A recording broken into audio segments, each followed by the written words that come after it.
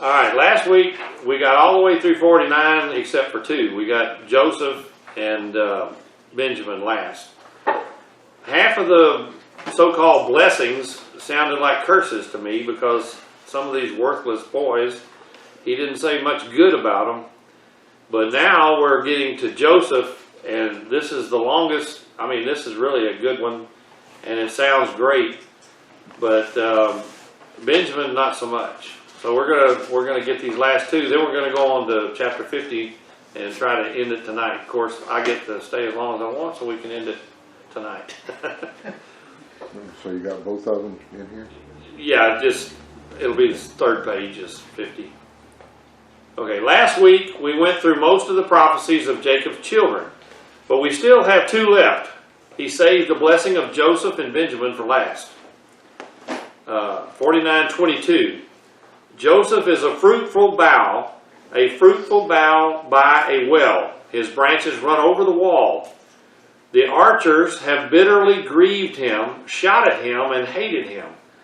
But his bow remained in strength, and the arms of his hands were made strong by the hands of the mighty God of Jacob. From there is the shepherd and the stone of Israel. Both of them capitalized, notice that. By the God of your father who will help you, and by the Almighty who will bless you with blessings of heaven above, blessings of the deep that lies beneath, blessings of the breast and of the womb. The blessings of your father have excelled the blessings of my ancestors up to the utmost bound of the everlasting hills. They shall be on the head of Joseph, and on the crown of the head of him who was separate from his brothers. So there's so much good in here. I started to underline every good line, but I would have just underlined them all. Every word in here, remember Joseph is a type and shadow of Christ. And it doesn't even sound like Joseph. He's talking about Christ.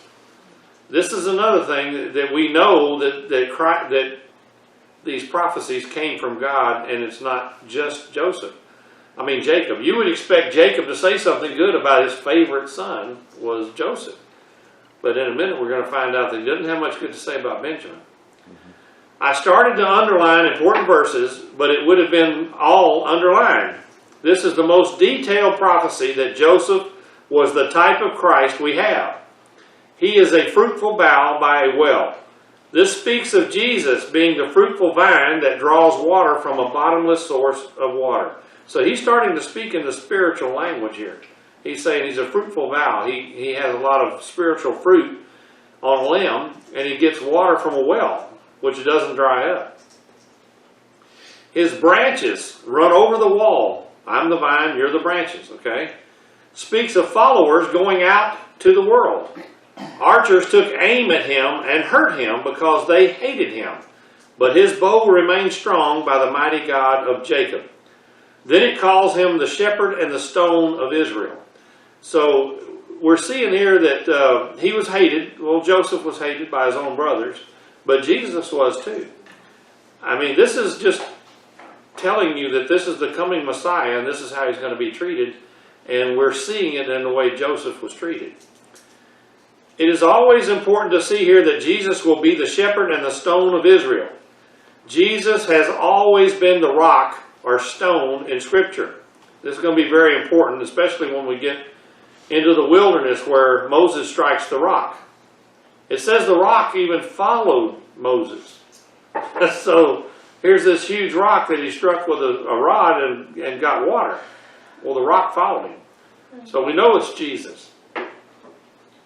This will be huge when we get to Jesus asking Peter who he thinks Jesus is. About 1 billion people chose the wrong answer. How many billions since Rome founded the Roman Catholic Church have thought a man was the stone? These same people will most likely make a man a god in the last days. Jesus is the stone of stumbling. Jesus is the chief cornerstone. Jesus is the stone struck in the wilderness to get rivers of living water. Here we are in Genesis getting a key verse to explain the rest of the Bible. When Jesus asked who Peter thought he was, he said, "You're the Christ." And he says, "Upon this rock I will build my church." And about 1 billion people says, well, he's going to build it on Peter. Nowhere else in the Bible is the rock a man. It's Jesus. It's always been Jesus, and it always will be Jesus.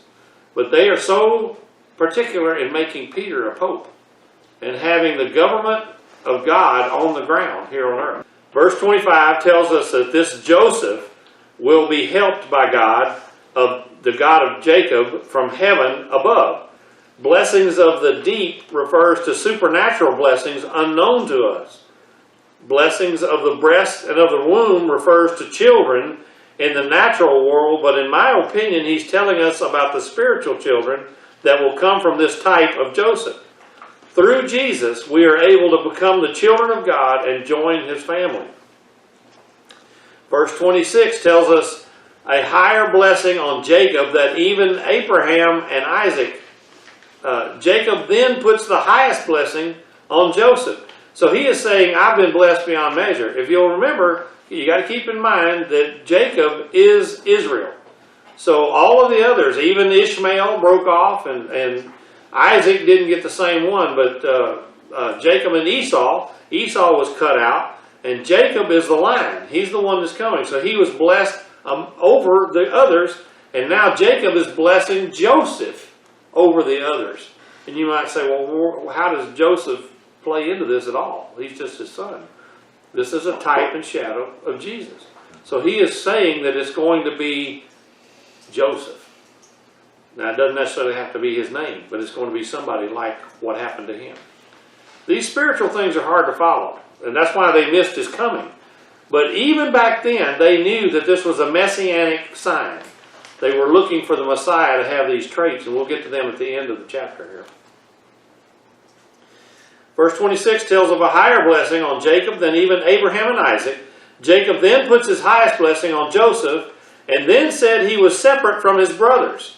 Looking at this statement spiritually, we can see that Jesus was separated from the tribes of Israel and killed by them. Joseph's life shows to the Jews and anyone else that will listen that Jesus came to pay for the sins of his brothers because God placed him there to be in place to save his family. God meant the death of Jesus for good, just as Joseph was put in slavery and prison so he could help his family at the right time in history. This again gets back to the people that are always blaming the Jews or they're blaming the Romans or whatever. He had to be here at the right time in history to save his people. If you didn't have anything to do with his death, then you cannot participate in his salvation. He said, if you won't eat my flesh and drink my blood, you can have no part of me. So you're self-righteous. If you don't believe that you sinned and caused his death, then you are self-righteous and have no part of him. So you're on your own. If you say, yes, sir, I'm a sinner, and I confess my sins, and I want you to save me, he will save you, because you can have part in his righteousness. He has come to save you. He came at this particular time, in this particular way, from the foundation of the world. This was a planned event. No one could take his life. He gave it willingly, so he could be there to save his people at the right time. Genesis 49:27. Benjamin is a ravenous wolf. In the morning he shall devour the prey, and at night he shall divide the spoil.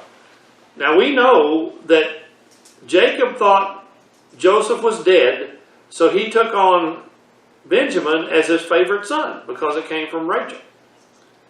But we know that God is telling him this, and he would have never said this about his favorite son. Why would he say that about Benjamin unless God told him to say it? He is foretelling the future of Benjamin. Now, of course, Benjamin is going to die in Egypt. Then his sons and his sons' sons are going to die in Egypt because they're going to be there at least 400 years.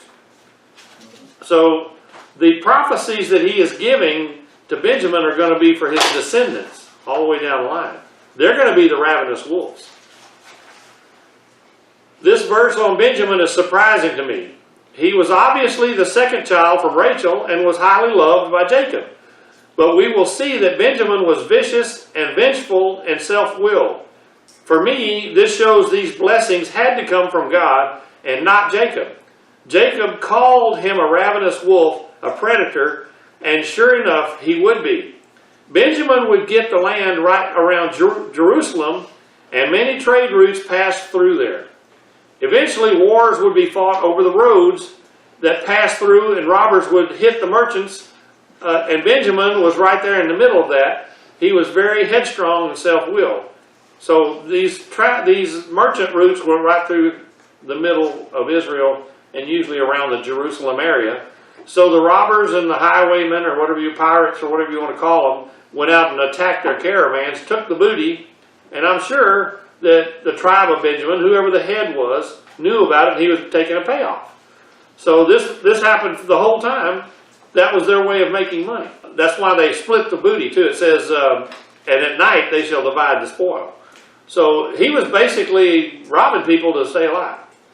The big story about Benjamin and his tribe is found in Judges 19 and 20.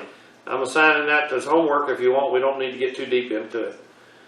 A traveler and his concubine stopped at the Gibeah of the tribe of Benjamin in a stranger's house. From there, it was almost a duplicate of Lot and Sodom. The townsfolk demanded the stranger be handed over so they could have sex with him. He turned over his concubine to them, and she was raped so severely she died. He cut her up and sent 12 pieces of her to every tribe. It is a long story, but the tribes raised an army and went against Benjamin. Benjamin fought for 2 days, but was almost wiped out on the third day. They got so mad at Benjamin and what he had done to this woman that we're talking about Simeon and Levi type anger.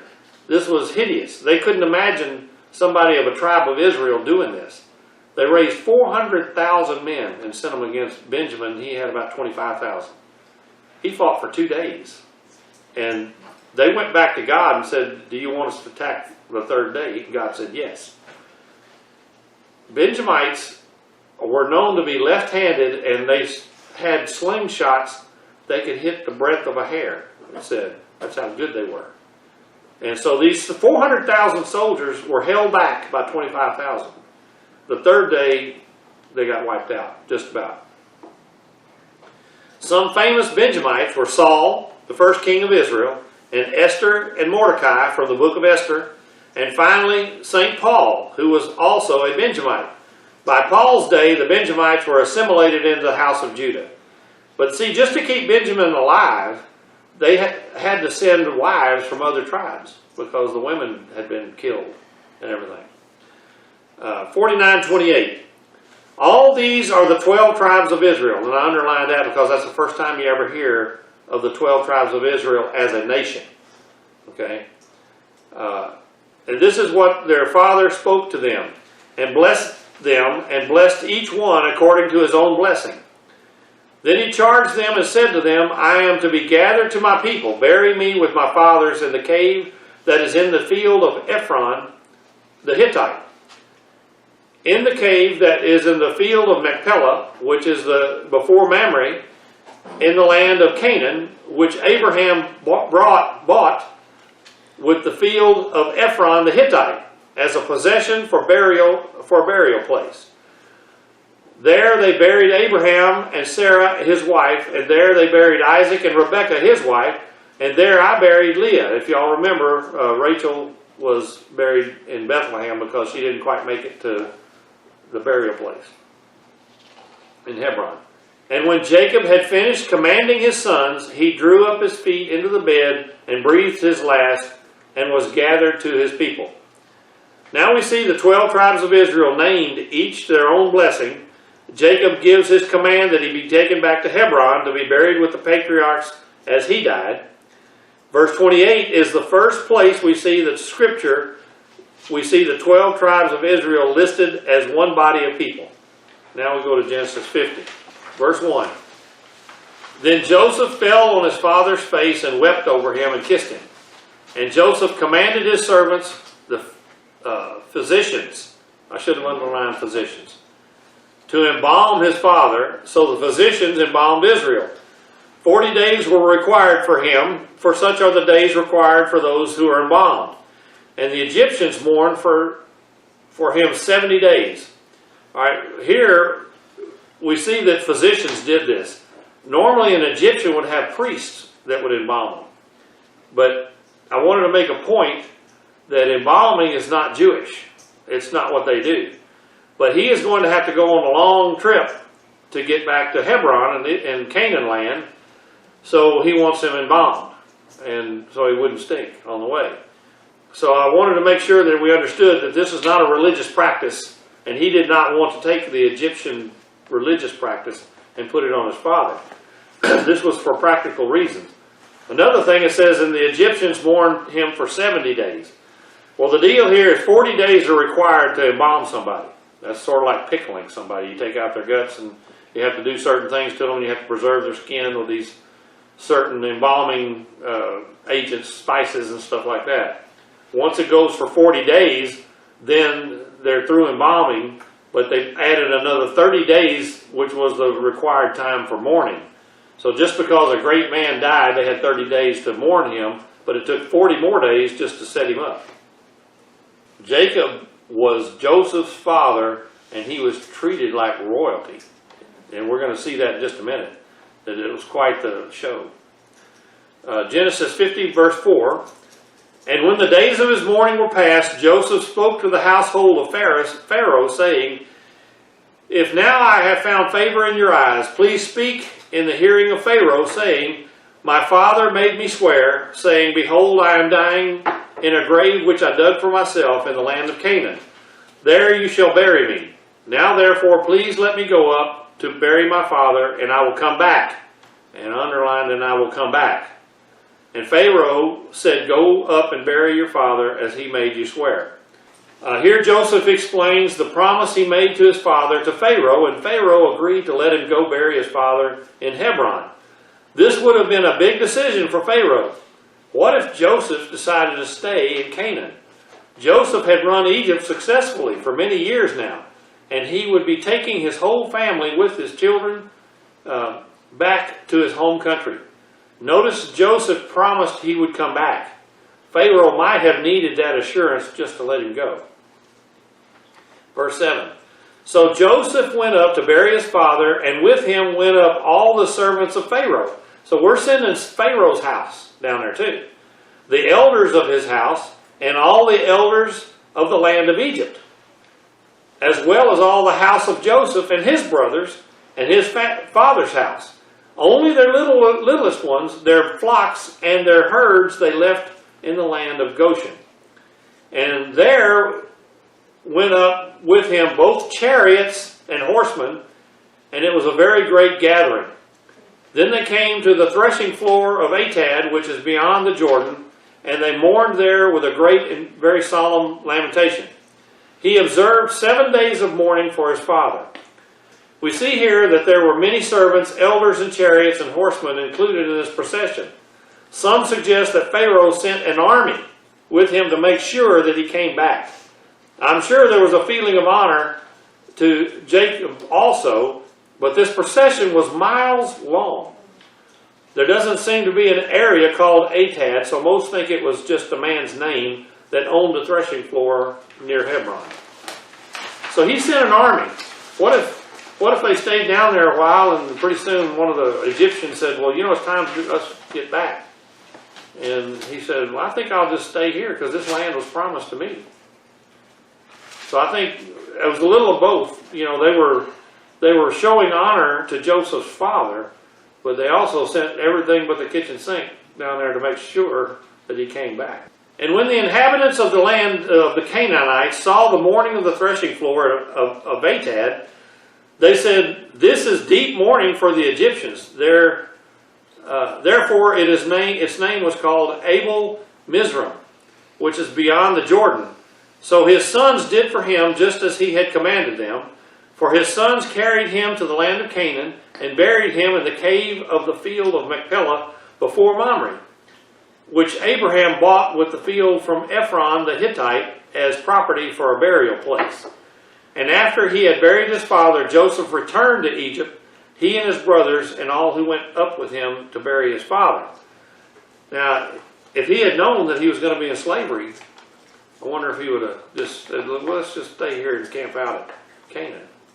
But they went back because the prophecy said that in Genesis 15, it was told to Abraham that they would sojourn in a foreigner's land. They would be strangers in a foreign land, and it would be 4 generations or 400 years before they could come back.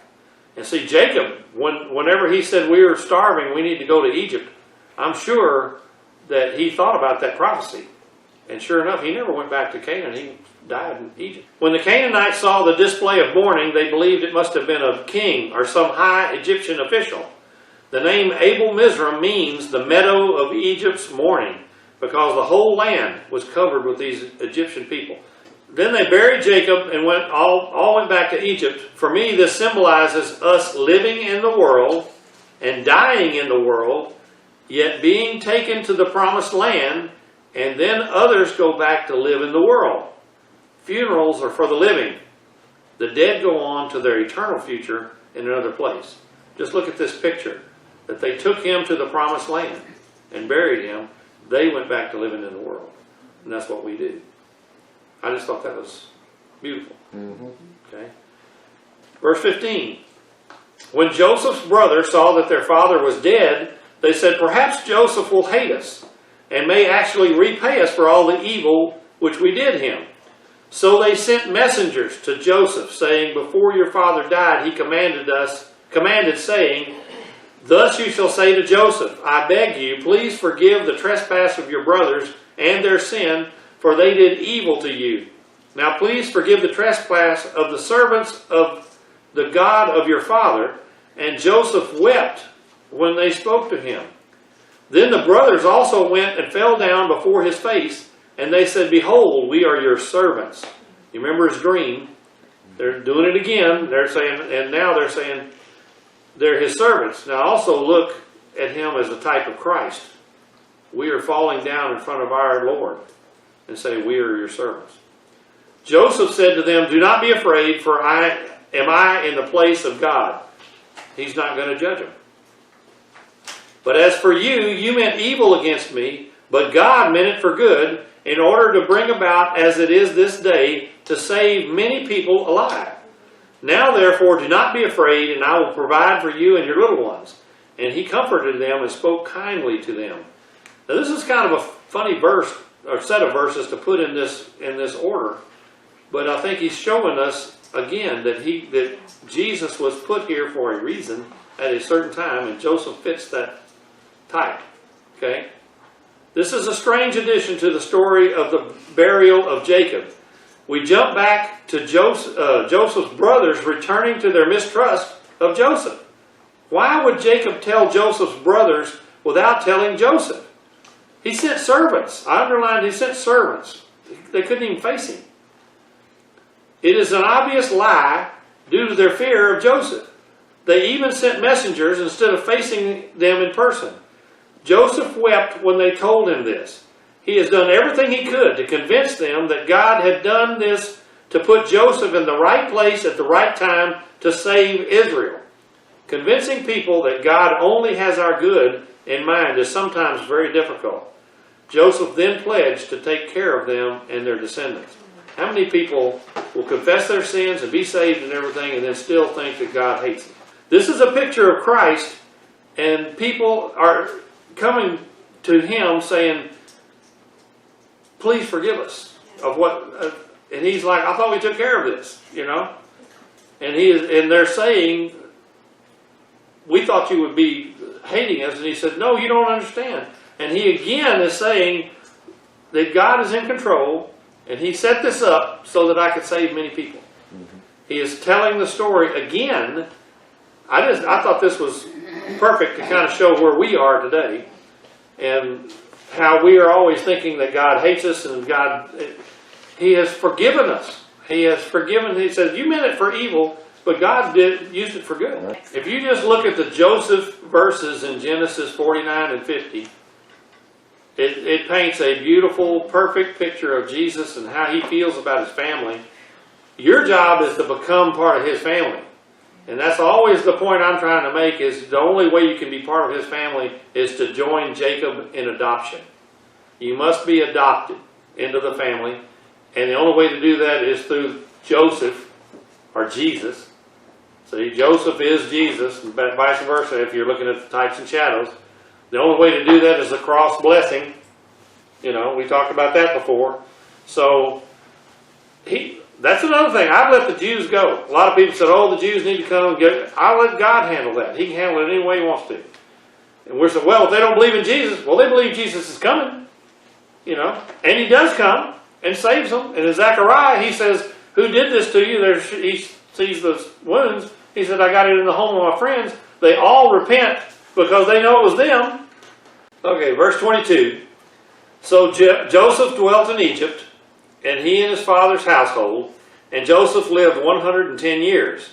Joseph saw Ephraim's children to the third generation. The children of Machir, the son of Manasseh, were also brought up on Joseph's knees. And Joseph said to his brethren, I am dying, but God will surely visit you and bring you out of this land to the land of which he swore to Abraham, to Isaac, and to Jacob. Then Joseph took an oath from the children of Israel, saying, God will surely visit you, and you shall carry up my bones from here. So Joseph died, being 110 years old, and they embalmed him, and he was put in a coffin in Egypt. So now he has got a word from God. He has said, God's going to visit you, and when he does, he's going to take you out of this land and take me with you. So we know that he heard from God because he said, God's going to come visit you. How would you know that unless he said? But did he know that the 400 years was in front of him? He had to know. I think they all knew. Now we jump to the death of Joseph. He brings his children to himself and blesses them with prophecy again. He said, God will surely visit you and bring you out of this land to the land which he swore to Abraham, to Isaac, and to Jacob. He is telling them that God will be with them and ensure they return to Canaan. He didn't say it would be 400 years later. Imagine the test of faith. You might have to wait your whole life without seeing prophecy done. Now, if you knew that Abraham had heard that we'd have promised land in Canaan, then Isaac heard that he has promised land in Canaan, and then Jacob heard, I have promised land in Canaan, and it never happened. Yeah. Now Joseph is saying, we have promised land in Canaan.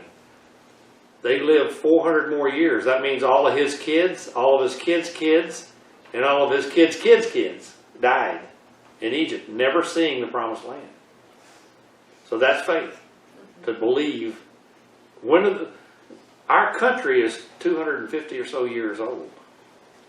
That's old. That's a long time. That's about half of what they had. So this promise of God took that long, and they never saw it. Then he tells them that God will visit them, and they will take Joseph's bones home to the promised land. Then Joseph died and was embalmed also as Jacob was. This was not a religious act, but an act of practicality. Jacob would have been rotting on the long trip to Hebron, and Joseph, though the same thing, because he had no idea when he would travel home. I did a couple of typos there. I think it wasn't good. But anyway, he's saying that he's going to be buried there in Egypt, and then when God comes, y'all take me home. Well, this is the end of Genesis, and I hope we have learned more about the character of God and maybe some things we didn't know before. I would like to end by showing some of the characteristics of Joseph compared to Jesus. Some say there are over 100, but I will try to keep this shorter than that. By Israel studying Genesis for thousands of years, they knew Joseph was a messianic figure, yet they missed the coming of Jesus. Abel, Jacob, Joseph, and Moses, and David were all shepherds, but Jesus was the good shepherd. Joseph had a coat of many colors, which denoted royalty, and Jesus had a tunic woven of one piece that men gambled for. So they both had special garments.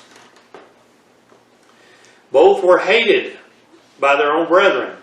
Jesus wasn't recognized by the Jews, and Joseph wasn't recognized by his own brothers. Remember when they came before him, they were there for a long time, ate dinner with him and never recognized him. Joseph was hated because of who he was and because of his words. Jesus said he was the Son of God, and they sought to kill him. Jesus said he was hated because of the works of the world were evil. So Joseph had dreams, and his brothers hated him just for having the dreams, for the things that he said, and that they would bow down to him. They didn't like hearing that.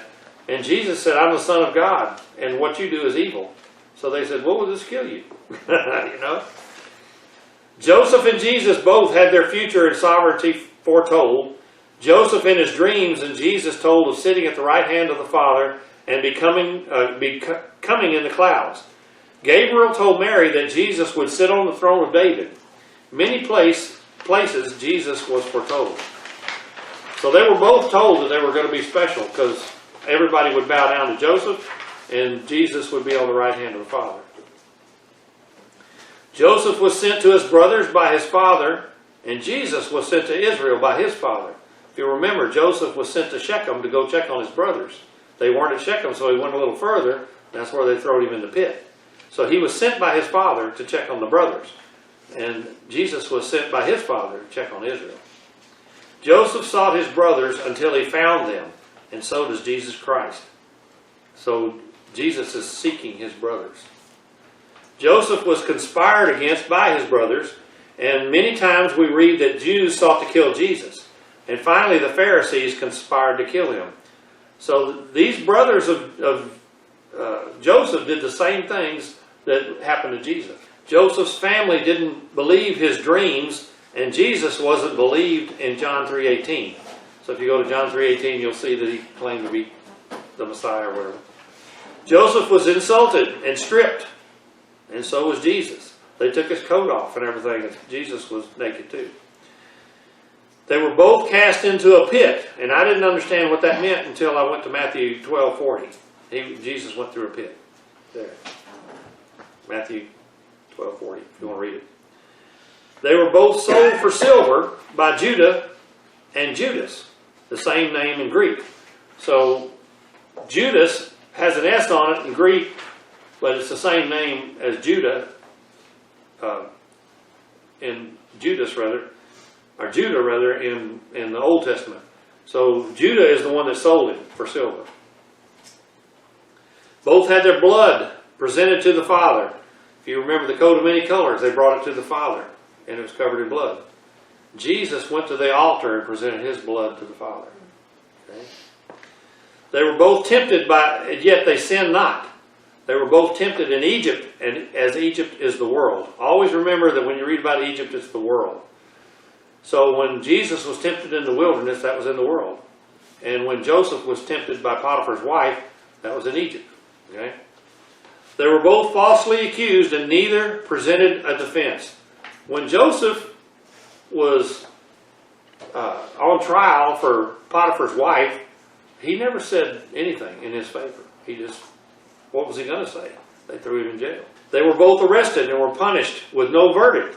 Both of them, it was just like kangaroo court. They just threw him in jail. And Jesus, everything that happened to him was illegal. They weren't supposed to do it, especially at night with no witnesses or anything. Both were made to suffer, even though they were innocent. Both suffered at the hands of the Gentiles. Both won the respect of their jailer. Pilate came out and said, I found no fault in this man. But their jailer put Joseph in charge of the whole prison. Both were numbered with the transgressors, the butler and the baker versus the two thieves. Both had their predictions come true. Both were seen as a revealer of secrets. Both received a new name. I thought this was interesting. In Genesis 41:45, Joseph got a new name. And in Isaiah 62:2 and Revelation 3:12, Jesus gets a new name. We get a new name in Revelation 2:17 also. Both were considered a wonderful counselor, given the whole counsel of God.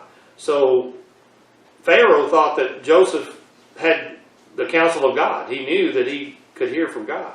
And of course Jesus did too. Both were seated on the throne of another. Both had a Gentile wife given to them. I underlined that one. That's the most important one. I'm the Gentile wife. Both were 30 years old when they began their work. Both had brothers driven out of their homeland.